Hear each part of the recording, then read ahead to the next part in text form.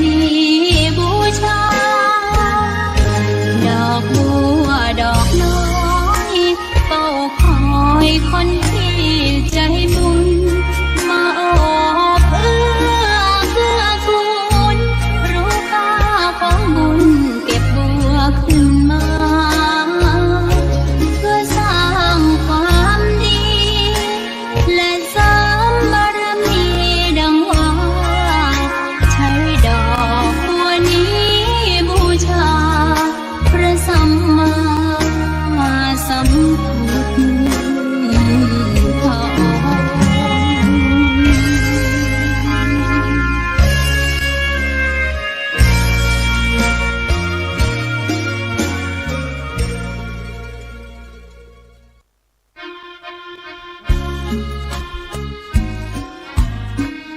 ขอนอบน้อมต่อพระรัตนตรัยแก้วเจ้าสามประการ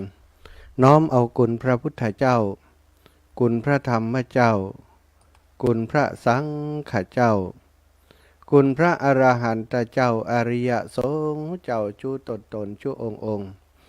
ได้เมตตาแผ่ปารมีมาเป็นนวโลกุตรธรรมปกเกล้าเกษาปกห่มหักษาครูบาอาจารย์พระมหาเถระพระเถรานุเถระเพื่อนสหธรรมิกสหพรหมจารีทุกรูปทุกองค์ปกห่มหักษาศรัทธาสาธุชนคนดีเท่าแก่อีป่ออีแม่ตั้งหลายที่ติดตามรับฟังรายการสารธรรมยามค่ำตั้งสถานีวิทยุเพื่อการศึกษาวิทยาลัยสงฆ์นครลำปางและสถานีวิทยุในเครือข่ายคลื่นสีขาวเพื่อชาวประชาซึ่งออกอากาศตั้งแต่เวลา 18 นาฬิกาไปถึง 20 นาฬิกาในช่วงนี้พบปะกับอาตมาภาพ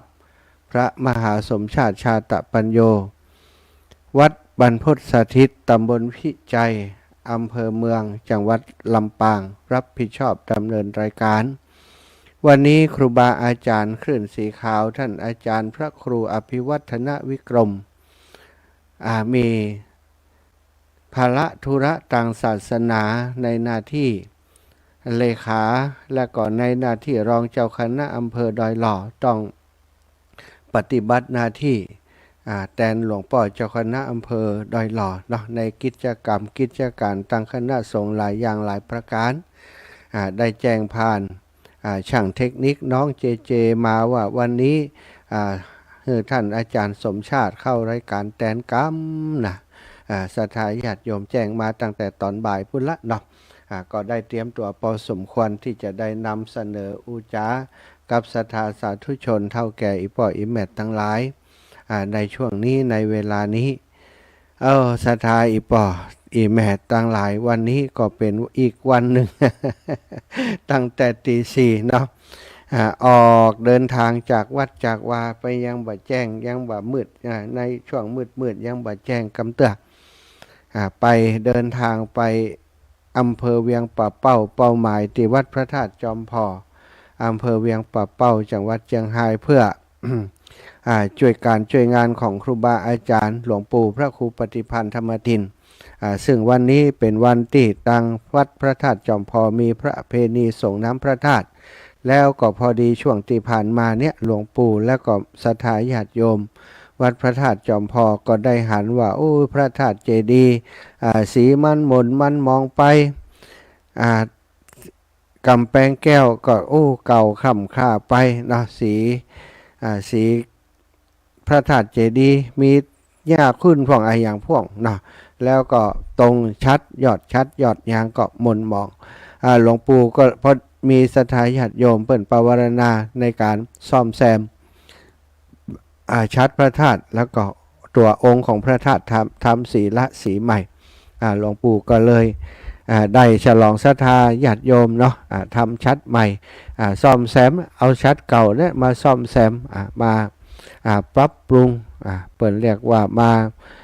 ทำใหม่เนาะทำให้มันเป็นของใหม่ทำสีทำอะไรอย่างเข้าไปศรัทธาญาติโยม จะว่ารีโนเวทก็บ่ใจเพราะว่ามันเป็นของเก่านะเนาะเอามาซ่อมแซมปรับปรุงทำสีเสียใหม่ก็โอ้งามเนอะศรัทธาญาติโยม แล้วก็ได้นำไปขึ้นติดตั้งไว้เรียกว่ายกชัดพระธาตุในวันนี้ไปโดยเสกซ่อมย่อมยกแล้วก็โยกขึ้นประดิษฐานตั้งไว้ ก็หันว่าโอ้หลวงปู่มีงานสำคัญจำเป็นจะต้องไปช่วยแล้วก็ได้เดินทางไปช่วยงานหลวงปู่กลับมาถึงวัดก็สักครู่สักกรรมที่ผ่านมาเนี่ยศรัทธาญาติโยมอีป่ออีแม่ตั้งหลายชีวิตแต่ละวันหล่อนเล่พเนจรดีว่าเป็นบุญอย่างบ่ฮู้เนาะมีน้องบ่าวมาซึ่งเปิ่นเสียสละเวลาส่วนตัวทั้งหมดมาคอยปฏิบัติดูแลติดตามส่งไปหันไปนี่บ่มีอิดออดจะไปเจ้าจะไปขำจะไปเดึกไปเดินอย่างใดสู้มดเนาะน้องเบิ่มหรือว่าน้องเดชานี่วันติอาตมาปาเปิ่นไปบวชที่วัดหมิ่งเมืองมูลที่เมื่อตอนงาน ฉลองสมโภชพระเจ้าตนหลวงพระเจ้าทันใจหลวงของวัดหมิ่งเมืองมูลเนาะก็ได้ไปอุปสมบทบรรพชาอุปสมบทที่หันเพื่อเปิ่นได้บุญได้กุศลได้อานิสงส์ได้หู้ระเบียบพิธีเป็นตู้เจ้าเปิ่นเนี่ยอย่างใด ไปบวชอยู่10 กว่าวันเกือบจะ20เนาะก็ได้วัดปฏิบัติได้สวดมนต์ไหว้พระได้หลายอย่างเนาะได้อยู่กับครูบาอาจารย์ได้ฝึกเรื่องกิริยามารยาทในการอยู่กับพระสงฆ์องค์สังฆเจ้าโอ้เป็นบุญศรัทธาเปิ่นได้มาติดตามดูแลอาตมาถ้าบ่อ่านนี่จะไปไหนนี่เป็นปัญหานะศรัทธาเฮ้ยคนนั้นคนนี้โอ้บ่ว่างเน้อเข้าเว้นเน้อบ่ว่างเน้อไปหันไปนี่ต้องซ้อต้องจ้างคนแต่ละวันก็บ่ใจหาได้ง่ายๆคนส่วนใหญ่เปิ่นก็ติดการติดงานเนาะทำงานแต่น้องคนนี้เปิ่นเสียสละศรัทธาหันประโยชน์ในการติดตามอาตมาในขันสร้างบุญร่วมกับอาตมาได้มาช่วยแบ่งเบาภาระธุระที่จะต้องคิดมากคิดนักเรื่องคนขับรถส่งรับส่งโอ้เปิดจัดการดำเนินการให้หมดขับรถปลอดภัยจะขับรถดีเข้าใจดูแลรักษารถเป็นทุกอย่างเนาะบอกว่าจะมีบุญถึงไหนจะเปิดจะได้อยู่โดยไปถึงเมื่อใดบอกว่า น่ะไปอยู่ด้วยกันไปเมื่อใดมั่วอาศัยว่าช่วงนี้เปิ่นจิตว่างอยู่บันไดน่ะยังบ่มีครอบครัวกำเตื้อ ยังบ่มีแฟนกำเตื้ออีกเตื้อน่ะเนาะเป็นคนดีบ่มีก็ดีเนาะอู้กับเขานะแต่มีก็ดีนั่นเนาะนะบ่มีก็ดีหมายความว่าถ้าบ่มีเนี่ยมันก็มีปัญหาอย่างเวลาไปไหนก็ทุกปีนี่โอ้สบายบ่ต้องไปเมียแฟนอยู่ทางบ้านบ่ต้องได้เดือดร้อนจะได้มาค่ำมามืดอันนี้สบายเลยเนาะอาจจะได้บ่กลับบ้านกลับจองอันนี้อยู่โดยตุเจ้าเป็นน้ำแล้วเพราะบ่มีครอบครัวเป็นคนดีศรัทธาญาติโยมเนาะก็ฉะนั้นคนดีอยู่ที่ไหนนะก็ต้องดูแลกันอาตมาก็อาศัยเปิ้นนั่นแหละนะคอยดูแลอาตมาถ้าบ่มีเปิ้นก็ลำบากเหมือนกันนะศรัทธาศรัทธาอีป่ออีแม่ทั้งหลายพบปะกันวันนี้วันที่24เดือนมีนาเป็นวันพระใหญ่เนาะ15 ค่ำเดือน6หรือว่าเดือน6เหนือเดือน4ใต้วันนี้มีประเพณีมีปล่อยหลวงหลายที่หลายแห่งเนอะศรัทธาอีป่ออีแม่ทั้งหลายโอ้ปล่อยหลวงมีปล่อยหลวงที่เปิ้นเฮาว่าปล่อยอะไรอย่างส่งน้ำพระธาตุกะเวียงป่าเป้าฮะนี่หลวงปู่นับคือพอที่ฮู้จักกันนี่ ที่ฮู้จักกันนี่5 วัดสถานกะเวียงป่าเป้านะที่ฮู้จักมักคุ้นกันที่ไปมาหาสู่กันอยู่ประจำนี่5 วัดเมื่อมันพร้อมกัน5 วัดก็เนี้ยได้เนาะ เมื่อพร้อมกัน5 วัดก็เลยต้องวัดไผวัดมันวัดไผวัดมันเปิ่นมาหาเฮาบ่ได้เปิ่นก็อยู่วัดเปิ่นเฮาก็เหมือนกันหลวงปู่ก็ไปหาเปิ่นบ่ได้ก็อยู่วัดของหลวงปู่ต่างคนต่างดูแลกันไปซะท่าก็บ่ได้ไปหากันเนาะวัดอันสันกูทองก็ดีวัดหล่องกูก็ดีวัดปางอายก็ดีเนี่ยเปิ่นก็วันเดียวกันนะซะท่าแห่มหลายวัดนะวันเดียวกันในลำปางก็หลายวัดวันนี้ท่านอาจารย์เสน่ห์การลงแล้วก็ตุปิต้อมตุปิเก๋ไปแสดงละครซอที่ตั้งเสริมงามเนี่ยสถาญาติโยมตั้งเสริมงามรู้สึกว่าจะเป็นบ้านนั้นบ้านนาจาราหรืออย่างเนี้ยเนาะ ก็ไปอันแสดงละครไปเตดนะเตดเหมือนกับเตดอันทรงเครื่องเตดมหาจัดทรงเครื่องในประมาณนี้มีการแสดงของละครซอตัวอย่างตัวก็เลยแจ้งมาที่อาตมาตั้งแต่ตอนเจ้าแล้วว่าโอ้อาจารย์วันนี้ผมบ่ได้เข้ารายการเนอว่าอันก็เลยบอกบ่เป็นอย่างพอดีผมก็จะจัดรายการแทนครูบาอาจารย์ไปที่คลื่นสีขาวที่เชียงใหม่ก็จับพอดีเนาะได้2 ตี ได้ถึงตีสถานีวิทยุที่ลำปางก็บ่ได้ขาดเสียงแล้วก็เตียงที่เชียงใหม่ก็โอเคช่วยกันไปศรัทธาญาติโยมอีพ่ออีแม่ทั้งหลายวันนี้เป็นวันบุญเป็นวันที่เฮาทั้งหลายได้สร้างปุญญาสร้างสมปุญญาปารมีเป็นบ่ว่าจะเป็นทานปารมีศีลปารมีภาวนาปารมีในกิจกรรมที่สำคัญก็คือส่งน้ำพระธาตุศรัทธาพระธาตุเจดีย์เป็นสิ่งที่เป็นถาวรวัตถุที่อยู่กู้วัดกูวากูศาสนาของเฮามาเมื่อนานตั้งแต่ก่อนพุทธกาลมาสมัยพุทธกาลพระพุทธเจ้าทุกพระองค์ศรัทธาญาติโยมจะมีเจดีย์พระธาตุของเปิ้นอยู่จะมีพระสารีริกธาตุของพระสัมมาสัมพุทธเจ้าก็ดีพระอรหันตเจ้าก็ดีอริยสงฆ์เจ้าก็ดีอันเป็นผู้ที่ควรแก่การสักการะทักขิเนยบุคคลทัก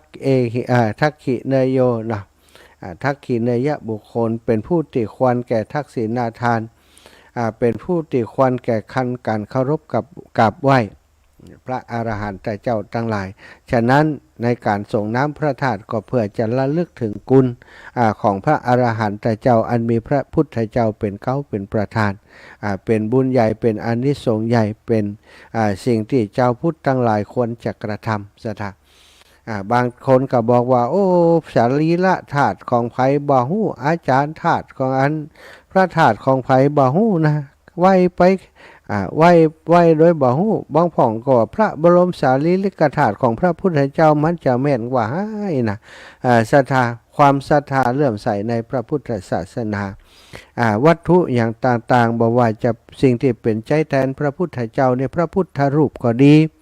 ในยุคสมัยต้นๆเปิ้นบ่มีพระพุทธรูป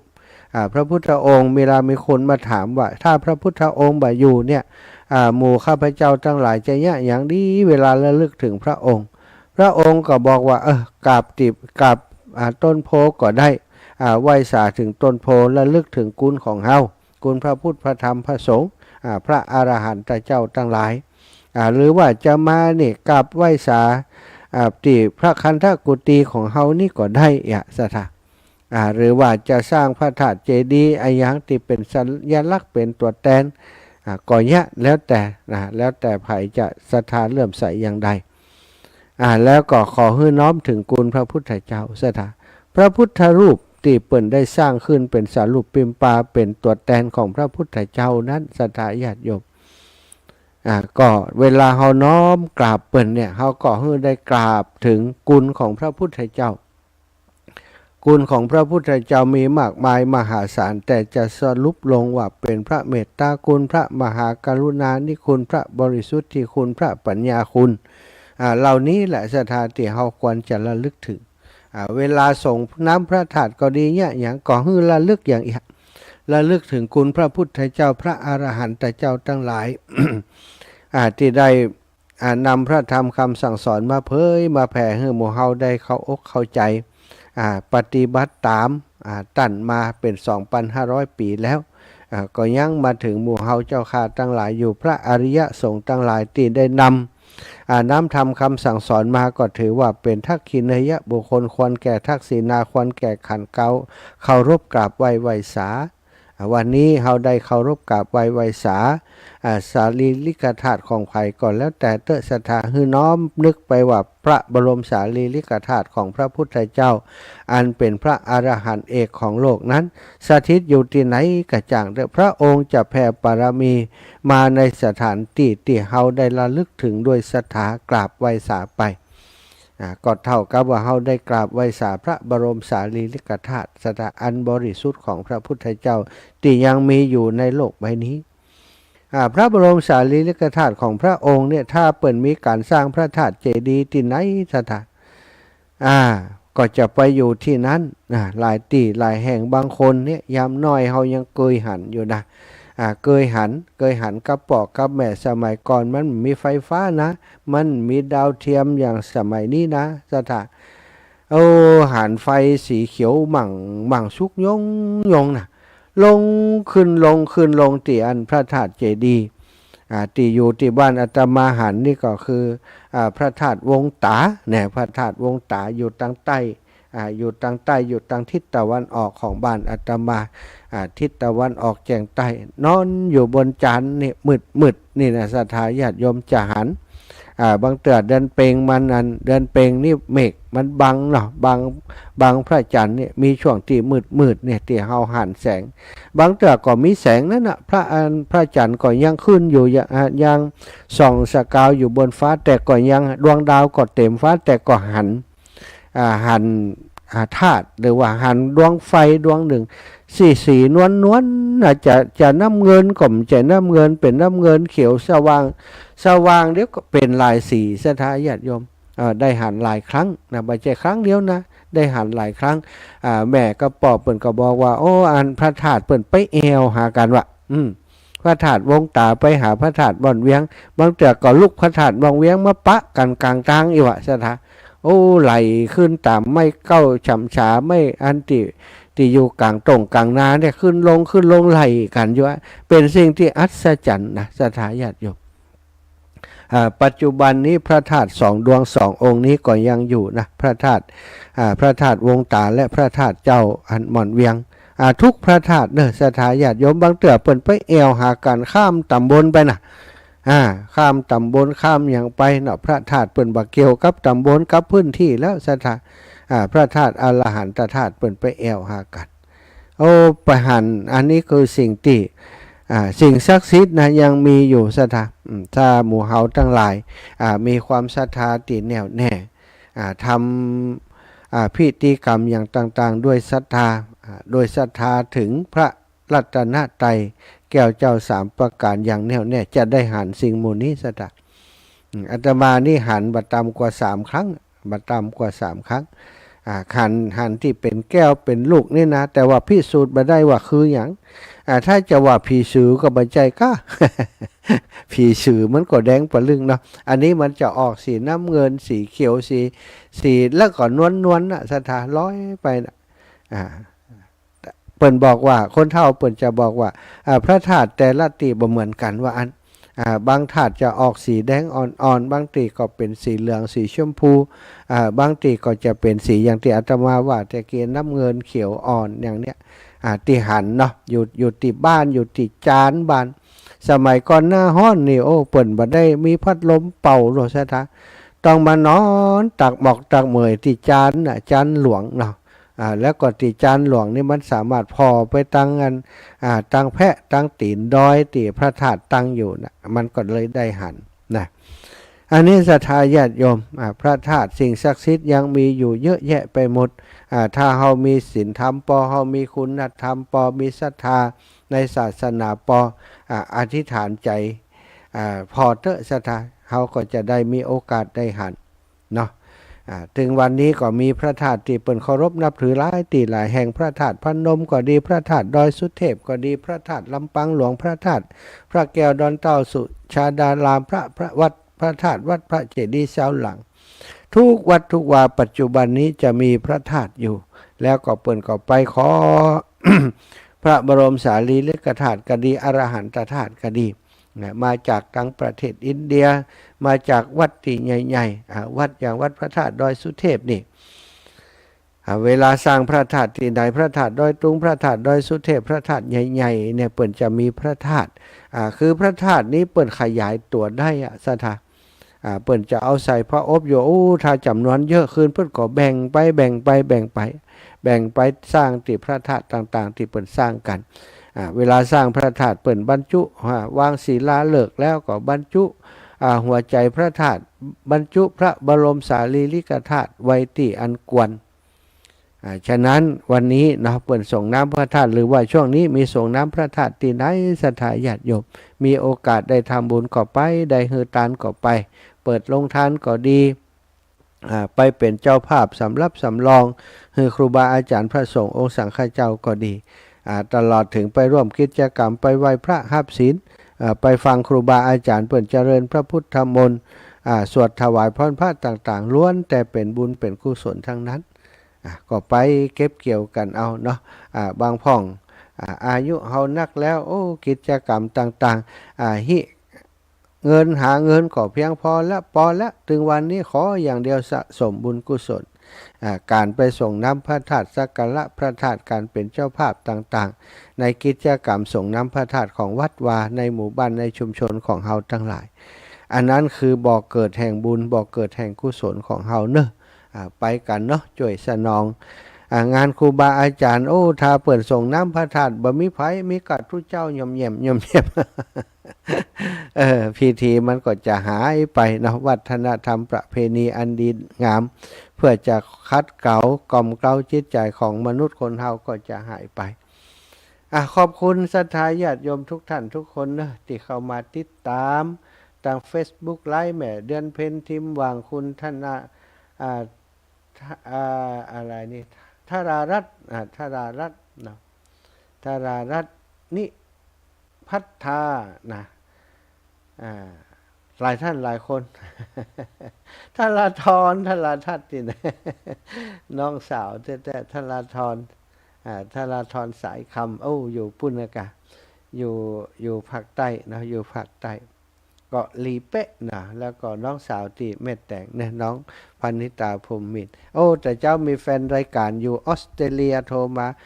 ติดตามถึงวันนะล่ะคนบ้านเฮาเนี่ยเพิ่นไปอยู่ออสเตรเลียติดตามถึงวันเนอะคือกำลังใจม่วนเพราะก็คิดถึงบ้านเฮาได้ฟังกันที่ท่านอาจารย์มหาก็หายง่อมไปได้ หันหน้ามาหาก็เหมือนหันหน้ามันได้เหมือนกับได้อยู่ประเทศไทยว่าก็ดีไปอย่างเนาะFacebook มันออกไปทั่วโลกสถานมันก็เลยไปไกลแต่ถ้าเสียงวิทยุนี่ก็แล้วแต่เนาะสถานีเปิ่นเกาะสัญญาณเกี่ยวสัญญาณส่งไปถึงที่ไหนมันก็ถึงหั่นแต่ถ้าเป็นนั้น Facebook ไลฟ์หรือว่าทางอินเทอร์เน็ตต่างๆเนี่ยFacebook นี่มีเปื่อนอยู่ทั่วโลกได้อยู่ในประเทศไหนที่เปิ่นมี Facebook หรือว่ามีเป็นสังคมแห่งการสื่อสารเปิ่นบ่ปิดกั้นอย่างต่างๆก็จะดูได้หมดสถานบางประเทศอาจจะดูบ่ได้เพราะเปิ่นมีการปิดกั้นบ่ฮื้อFacebook นี่เข้าไปในประเทศเปิ่นก็สร้างโปรแกรมอย่างอื่นเข้ามาทดแทนก็มีศรัทธาอีพ่ออีแม่ทั้งหลายมาพบปะกันวันนี้เนาะก็ต้องขอขอบคุณเนอะกับศรัทธาญาติโยมในวันก่อนในครั้งก่อนในคราวก่อนที่ได้ร่วมบุญร่วมกุศลในการนั้นร่วมบุญซื้อธรรมะเป็นเจ้าภาพธรรมะถวายธรรมะแก่หลวงพ่อท่านพระครูสุจิตตานุรักษ์เจ้าคณะอำเภอฝางเนาะผอ.ผู้อำนวยการผู้จัดการสถานีวิทยุ 100.25 เมกะเฮิรตซ์วิทยุชุมชนคนเมืองฝางหรือว่าวิทยุคณะสงฆ์อำเภอฝางที่เป็นเครือข่ายสายบุญกับคลื่นสีขาวของเฮาหลวงพ่อมีอายุพรรษาการได้51พรรษา72ปี6รอบของอายุวัฒนมงคลหลวงพ่อก็ได้ไปแสดงออกถึงความกตัญญูกตเวทีมีศรัทธาญาติโยมให้ห้อมปัจจัยมาก็ได้นำไปซื้อธรรมะไปถวายเป็นธรรมะชุดใหญ่สวยงามเนอะอาตมาจัดรายการมา 2-3 วันนี้ก็ขอบคุณอยู่ทุกวันเพราะว่ามันเป็นของใหญ่และอยากให้ศรัทธาทั้งหลายเวลาอาตมาอนุโมทนาบุญเนี่ยบางพ่องก็ได้ยินบางพ่องก็ไม่ได้ยินบางพ่องเข้าสดเข้ามาได้ยินท่านอาจารย์อนุโมทนายกมือยกมือขอยอมมือไหว้ก็จะได้บุญได้อานิสงส์ด้วยกันไปเนาะก็ขออนุญาตประชาสัมพันธ์งานของคณะสงฆ์จังหวัดลำปางเนอะสถานต้องถือว่าเป็นงานของคณะสงฆ์จังหวัดลำปางเพราะมหาเถระท่านหนึ่งคือหลวงปู่พระราชจินดานายกตุเจ้าอายหลวงปู่อายสิริธรรมโมได้ถึงแก่การมรณภาพไปแล้วก็เปิ่นตั้งศพบำเพ็ญกุศลที่วัดพระเจดีย์เสาหลังในวันที่26ที่จะถึงนี้ครบ50วัน 50 วันภาษาบาลีเปิ้นว่าปัญญาสัมมวานเปิ้นจะจัดกิจกรรมทำบุญอุทิศเป็นทักษิณานุปทานกิจให้กับพระเดชพระคุณหลวงปู่ตอนนี้นะศรัทธาญาติโยมหลายท่านหลายคนก็ได้หายหอมไปปัจจัยไปที่วัดพระเจดีย์เสาหลังเพราะตอนนี้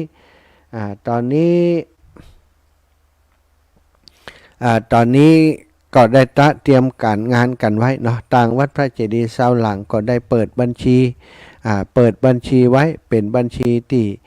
ใจสำหรับพิธีพระราชทานเพลิงศพก็เกี่ยวเนื่องกับงานบำเพ็ญกุศลในงานศพของพระเดชพระคุณหลวงปู่พระราชจินดานายกเนี่ยนะศรัทธาญาติโยมทั้งหลายก็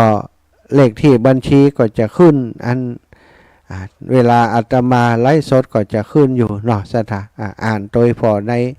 ที่ไลฟ์สดท่านก็ได้ถ้าศรัทธาญาติโยมที่ฟังตั้งรายการนี้โอ้อีแม่อยากจะร่วมบุญกับหลวงปู่ท่านอาจารย์มหาแท้เปิ่นเบอร์เปิ่นเลขที่บัญชีอย่างก็อีนะจดไว้เนอะศรัทธาญาติโยมบ่ต้องโอนผ่านที่อาตมาโอนไปที่ปุ้นเลยเปิ่นจะได้เอาสายตรงไปเลยถ้ามาผ่านที่อาตมาก็โอนเข้าโอนออกกันอยู่หั่นผ่านสายตรงไปจะสะดวกกว่าเนาะเลขที่บัญชีเนอะศรัทธาญาติโยมเดี๋ยวขออนุญาตพอกำเลขที่บัญชีที่จะให้หอมบุญไปเนาะที่วัดพระเจดีย์เสาหลังก็คือเลขที่บัญชี5033 079530 503 307 9530 503 307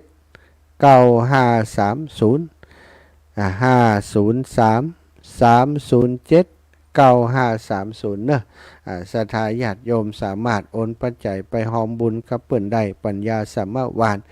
ชื่อบัญชีวัดพระเจดีย์เสาหลังเพื่องานพระราชทานเพลิงศพพระเดชพระคุณหลวงปู่พระราชจินดานายก นะก็ฝากไว้ให้ศรัทธาญาติโยมทั้งหลาย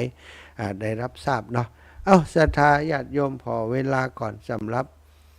ในช่วงนี้เวลาเท่าใดแล้วยังมีเวลาตันอุสารธรรมอยู่ศรัทธาอีพ่ออีแม่ทั้งหลายมี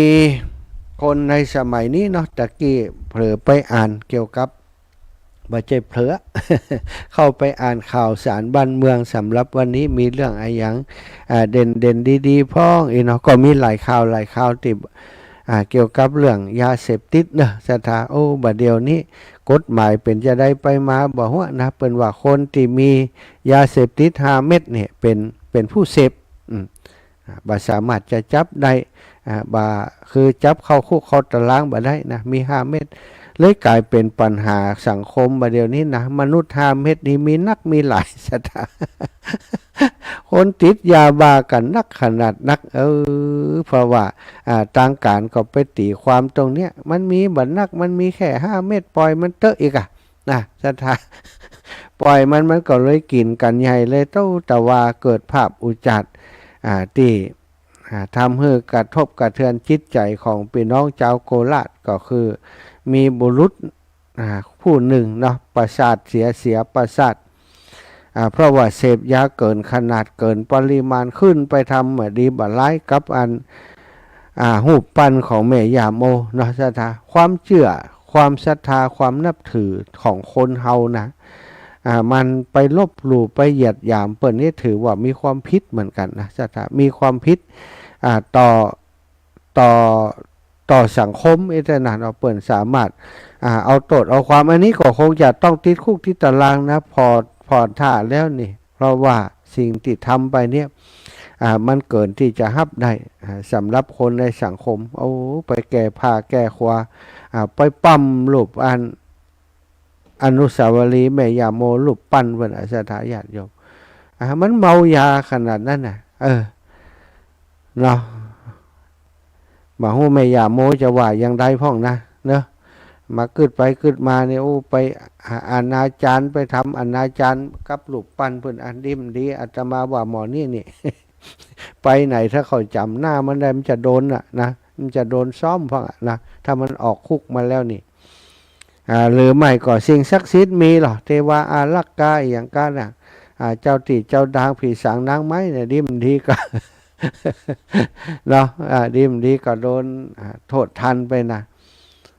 นะก็เพราะอนุญาตนะกะสถาอนุญาตคือมัน5 เม็ดนั้นนะสังคมบัดเดียวนี้สถาต้องระมัดระวังเอาคนเดียวเตอะลูกไผ่หลานมันเตอะเนาะหันข้าวแต่ละวันก็ใจหายนะสถาญาติโยมแต่เฮาใจจะไปเนี่ยอย่างได้เนาะตัวหมู่เฮาทั้งหลายนี่เฮาบ่ใจคนออกกฎหมายนะคนออกกฎหมายที่เป็นตัวแทนเฮาไปนะเปิ้นว่าเป็นตัวแทนของพี่น้องประชาชนไปร่างกฎหมายกฎหมายออกมาปุ๊บโอ้เป็นกฎหมายที่มันอย่างใดดีมันทำให้ประชาชนเดือดร้อนนะอาตมาว่าโอ้ลูกหลานของเฮานี่มีโอกาสเสาะหายาได้บ่ยากเลยบัดเดี๋ยวนี้ทุกวันนี่นะ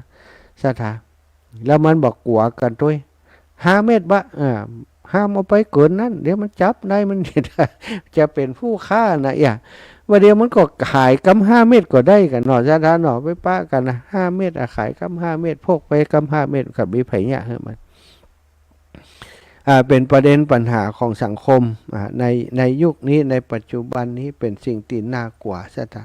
แล้วก็สังคมอนาคตไปทางหน้าจะเป็นจะได้ถ้าลูกหลานไว้ทำงานของเฮาไว้ห่ำไว้เฮียนเนี่ยไปหลงไปหลุ่มหลงหรือว่าไปถลำตัวเนาะไปหลวมตัวไปถลำเข้าไปในทางของอบายมุขอบายภูมิต่างๆไปเสพยาเนาะไปหลงเข้าในเครือข่ายของคนที่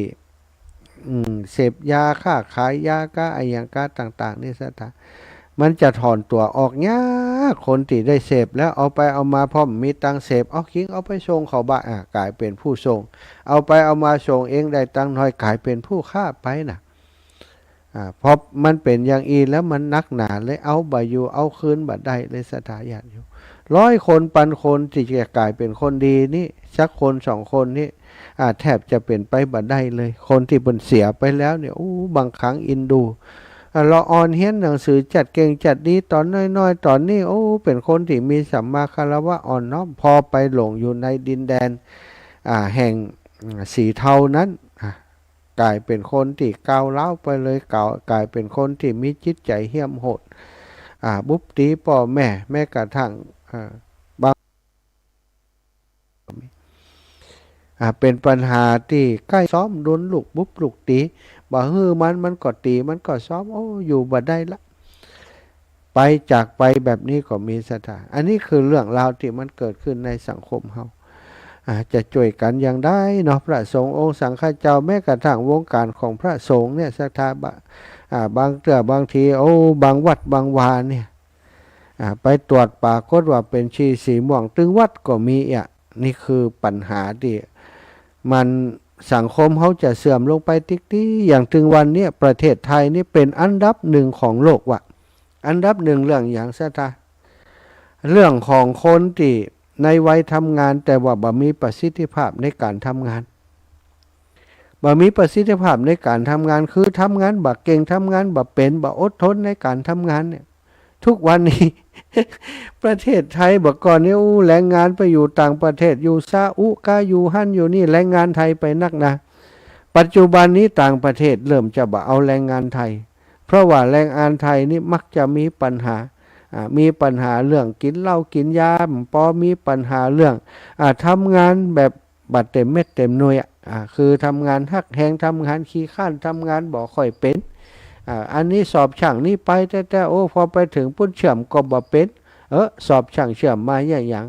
จำเป็นได้พลักลงไปเป็นกรรมกรเป็นแรงงานขั้นต่ำอย่างต่างๆไปก็มีคนปัจจุบันนี้อย่างประเทศเฮาปัจจุบันนี้ลูกหลานของเฮาเขาไปพอเตออีปออีแม่ตั้งหลายเฮาบ่ได้สอนคือเขาทำการทำงานมีความอดทนอย่างคนในสมัยก่อนมีแต่สอนเขาว่ามาต้องมาทุกอย่างปล่อยอย่างแม่เฮียนนักเป็นเจ้าคนนายคนบ่ยอมให้ปลูกได้แต่ต้องการงานที่พ่อแม่ทำหันให้ลูกนี่ดูถูกการงานที่พ่อแม่ทำหาว่าเป็นงานติดต่ำเป็นงานติดใจแรงงานบ่อยากจะให้ลูกทำเอาไปเอามากลายเป็นว่าปลูกฝังค่านิยมที่บ่ดีให้กับลูกกับหลานรังเกียจที่จะทำงานนักสถา ศรัทธาลองไปพอเถอะบัดเดี๋ยวนี้นะละอ่อนยุคใหม่ไอ้อย่างต่างๆที่จะมาสนใจงานอย่างงานก่อสร้างการอย่างงานอย่างการนี่บ่ค่อยสนใจบ่ค่อยสนใจบ่ค่อยทำทั้งที่งานหมู่นี้เนี่ยโอ้มีคนจ้างงานเยอะแยะไปหมดศรัทธาถ้าเป็นช่างที่เก่งๆก็มีรายได้ดีตั้งเนื้อตั้งตัวได้เลยแต่อย่างว่านะทักษะชีวิตบ่ได้สอนเขาบ่ได้ฝึกฝนเขาแล้วละอ่อนก็ฝึกชอบที่จะไปเรียนสาขาวิชาที่มันต้องทำงานนักกำแค่ปากกาด้ามเดียวซึ่งมันก็ยังว่านั้นถ้างานเบาใครก็อยากไปอยู่ตรงนั้นสถาแข่งขันกันไปอยู่ตรงนั้นเอาไปเอามาเมื่อบ่ได้ตรงนั้นก็ยากอย่างใดอาจจะมาทำงานนักก็มได้เพราะบ่มีประสบการณ์และบ่ใส่ใจบ่สนใจที่จะเรียนรู้เรื่องเหล่านี้กลายเป็นคนที่เหยียบขี้ไก่บ่ฟอเอาพอมีปัญหาอย่างอีปบเฮียนมานักบ่ได้แต่ไปทำงานบ่ได้บ่มีงานทำไปไหลไปในเรื่องของยาเสพติดเอาไปเอามาเอายาเสพติดเป็นสารณะที่เปิ่งตุกอกตุกใจพ่อแม่ดามาวิ่งไปหาเปื่อนหาฝูงไปเล่นยุกเล่นยาลืมเรื่องอย่างต่างๆไปหมดบ่สนใจอย่างแล้วคำนี้สมองถูกยัดเยียดไปโดยสิ่งที่บ่ดีบ่ดักทั้งหลายอันนี้คือปัญหาที่สังคมโลกก็ดีประเทศไทยของเขาก็ดีเผชิญอยู่ในขณะนี้สถาญาติโยมถ้ามีลูกมีหลานตั้งอย่างก็แล้วแต่พยายามเอาเถอะอีป่ออีแม่ฝึกฝนให้เขาได้ทำงานที่ออกแรงผ่องอย่างผ่องจะไปให้เขารังเกียจงานที่ออกแรงปลูกพักก็ดีทำงานกรรมกรผ่องมีอย่างที่บ้านที่จองจะเทปูนนี่น้อยบ่ต้องจ้างเขาเอาป่อมันซื้ออันปูนมาสักแก่นฝึกลูกคือได้ยะการโดยปอดได้แม่มันก็จะเกิดทักษะชีวิตนะทักษะชีวิตนี่จะไปรอเอาแต่โรงเรียนบ่ได้ก็ไปรอที่อื่นโต้ยมาเขาก็ต้องสร้างให้ลูกให้เต้าของเขาได้ฝึกฝนได้ทำงานกับเขาด้วยก่อนบ่อ่านเขาก็จะได้คนอย่างตีว่านั่นทำอย่างกำเป็นเดินหน้ากำได้ถอยหลังกำได้ไปไหนก็บ่ได้เปิ่งป่อเต้าเปิ่งป่อเปิ่งแม่จนสุดท้ายนี่ป่อแม่จากไปมหู้ใหญ่จะได้ก็เปิ่งยาเสพติดแม่สมบัติที่ป่อเอาทิ้งไว้แม่เอาทิ้งไว้จมไปกับสิ่งที่เรียกว่ายาเสพติดไปหมดสถาอบายามุกทั้งหลายของมึนเมาทั้งหลายอันใดติ่มดีทั้งหลายเคาะเข้ามาใส่ตัวไปเหี่ยหมดเนาะช่วยกันพอช่วยกันดูแลลูกหลานเน้อสถาระมัดระวังจะไปให้เขาหลงไปสักเม็ดท่านหลงไปแล้วมันเอาคืนยากหลงทางนี่ถ้ากลับมาสู่เส้นทางใดก็ยังปลอดภัยแล้วแต่หลงยาเสพติดหลงอย่างต่างๆมูลนิธิถ้าเข้าไปแล้วมันถอนตัวออกมายากถึงจะหู้แต่มันถอนตัวออกมาบ่ได้เนาะฝากเข้าไว้ฝากศรัทธาญาติโยมเข้าไว้เนอะมีลูกสาวกราบสาธุเจ้าทุกป่อลูกลาได้ยันติทุกป่อฝากมาฮือละเนอะเจ้าลูกล่าเอาลูกโยมยัน5 แถวในได้แดงมัดแขนไว้ติดตัวเจ้าฮือแคล้วคลาดปลอดภัยจากภัยอันตรายทางปวงดีแล้วเนอะอีละลูกสาวอยู่เกาหลีนะอันนี้ก็สุขภาพดีไปอยู่ปุ่นก็ลำบากหาเงินหาทองไปสู้กันไปลูกเนาะสู้กันไปเอาละศรัทธาญาติโยมดูเวลา18:45แล้วนะจะปั่นเวลาให้ศรัทธาญาติโยมได้โทรเข้ามาก่อนเนอะ18:45 0808844173 0808844173เนอะศรัทธาญาติโยมทั้งหลายโทรเข้ามาได้เลย0808844173โทรเข้ามาได้เลยชั่วโมงแรกนะชั่วโมงแรกปั่นเวลาให้โทรเข้ามาแล้วศรัทธาอยู่ที่ไหนตั้งได้โทรเข้ามาได้เลยเนอะ0808844173อย่างใดดับปิ้ง080มาแล้ว1 สาย3761จากที่ไหนตั้งได้นมัสการครับ แฟนพันธุ์แท้แฟนตัวจริงเสียงจริงครับใช่แล้วครับ โอ้ สาธุสาธุท่านเทศนี่อันดีมากเลยครับดีขนาดเลยครับสาธุขอบคุณนะให้กำลังใจกันถึงวันนี่ฮะสาธุปัญหาสังคมปัญหานักถึงวันนี้นะคนเฒ่าคนแก่จะมีความสุขเวลาเฒ่าเวลาแก่ทุกข์กับลูกกับหลานไปเหียครับนะเนี่ยอย่างได้กับกฎหมาย5 เม็ดนี่ฮะปล่อยหลวงวัดแม่ริมนี่จะเริ่มแล้วครับเนาะในเดือนนี้ครับปล่อยหลวงเนาะครับปล่อยหลวงวัดแม่ริมครับวัดแม่ริมวัดเกี่ยวกับงานอย่างปล่อยหลวงสร้างงานห่อไตครับห่อไตดีมีโอกาสจะได้ไปเอวหาเนอะน่ากลับมาเลยครับเนอะต้อนรับเสมอครับดีขอบคุณหลายๆขอบคุณหลายๆโทรมากำลังใจนะครับสาธุแฟนพันธุ์แท้มาให้กำลังใจทุกวันนะขอบคุณหลายๆเนอะอู้กันไปนะสตาบ่ได้ว่าให้ไผเนอะหาทางออกร่วมกันเพราะมันเป็นปัญหาร่วมกันเนาะความจริงลูกหลานก็บ่ได้ไปอยู่ในวังวนนั้นแต่ว่าลูกหลานของญาติโยมที่มีอยู่นั้นเจริญปอนได้ข่าวว่าบ้านวังเจริญจะมีงานปล่อยหลวงกะฟังอยู่เนี่ยแล้วกินข้าวอยู่เจ้าวังเจริญจะมีปล่อยหลวงกะสิมนมาวัดวันเฮาเด้อมีปล่อยหลวงนะวันที่ต่อใดเจ้าวันที่ต่อใดไปเจ้ากะวันที่ต่อใด3วันที่4วันที่3ที่4วันที่3ดาเนาะวันที่4มีปล่อยหลวงเนาะดีเด้อตานศาลาหลังใหญ่ก็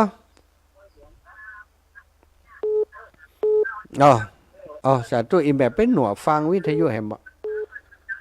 โอเคก็แม่เรือนดีกว่าเจริญปอนแม่เรือนอันนี้แหมคนละฟังวิทยุแหมปิดนี่ไฟลึกปิดหมดแม่เรือนว่าใดพระเจ้าพระคุณเจ้าเวลาโทรมาก็ฟังเตียนโทรศัพท์ไปกลับไปฟังวิทยุนะไม่ได้ความเอาเป็นเรื่องใจครูบาเป็นเรื่องใจอันมหาน่ะบ่ใจยังได้โทรมาหาก็แม่นน่ะกะชัดเจนดีเด้อสาธุไปแอวบ้านวังเจริญเด้อเปิ้นมีปล่อยหลวงวันที่4วัดตัวนี้ก็ยังไปบ่ได้สาธุนี่น้ำสงน้ำสาดยังเลิกกันดีกับแกนะไปฟ้อนด้วยเขาเฮกะไปเลยไปมันก็บ่นใครไปขนาดนั้นสาธุปานการคนน้อยไปเวียงปรับเป้าก่อนเจริญปอนย่าเจ้าถึงมหาหนังยังเวลาปอมาถึงนี่จัดรายการประจำตันแล้วอย่าเฮ้ยมานี่เพื่อจัดรายการประจำตันล่ะ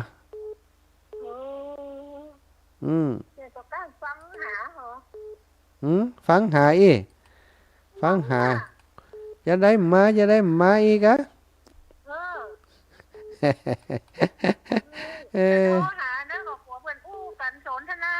สนทนากันเสร็จงานหลวงปู่ก็เดินทางกลับเลยอีแม่หิบมาเสร็จงานบ่สิบ่ายโมงบ่ายโมงเช้าเลยกะมาแวะเมืองปานเหตุกรรมแล้วก็มาเพื่อนเลยไว้ไปวันอื่นปกำนั้นถามว่าจะไปหาแม่ก็ทำตันแต่ปล่อยกะถ้าไปมันจะอยู่เป็นมันไปแป๊บเดียวก็ได้เนาะแม่เนาะไปก็ต้องนั่งกันเนี่ยเดี๋ยวจะไปหาพิเศษก็ว่าบ่มาเนาะหวานจะหอมเดียวอีเนาะขอบคุณแม่นะโทรบอกหน่อยเด้อเจ้าอีแม่เดี๋ยวถึงมีธุระไปปุ่นเจ้ามีธุระอยู่เนาะเจ้าว่าอยู่หน้าเนาะเจ้าเจ้าอนุโมทนาตัวเนาะเจ้าโยมแม่ท่านอาจารย์กฤษพุทธอุทยานเชียงใหม่ไหว้สาครับไหว้สาครับสัญญาณไม่ค่อยดีครับวัดไฟหินเนาะ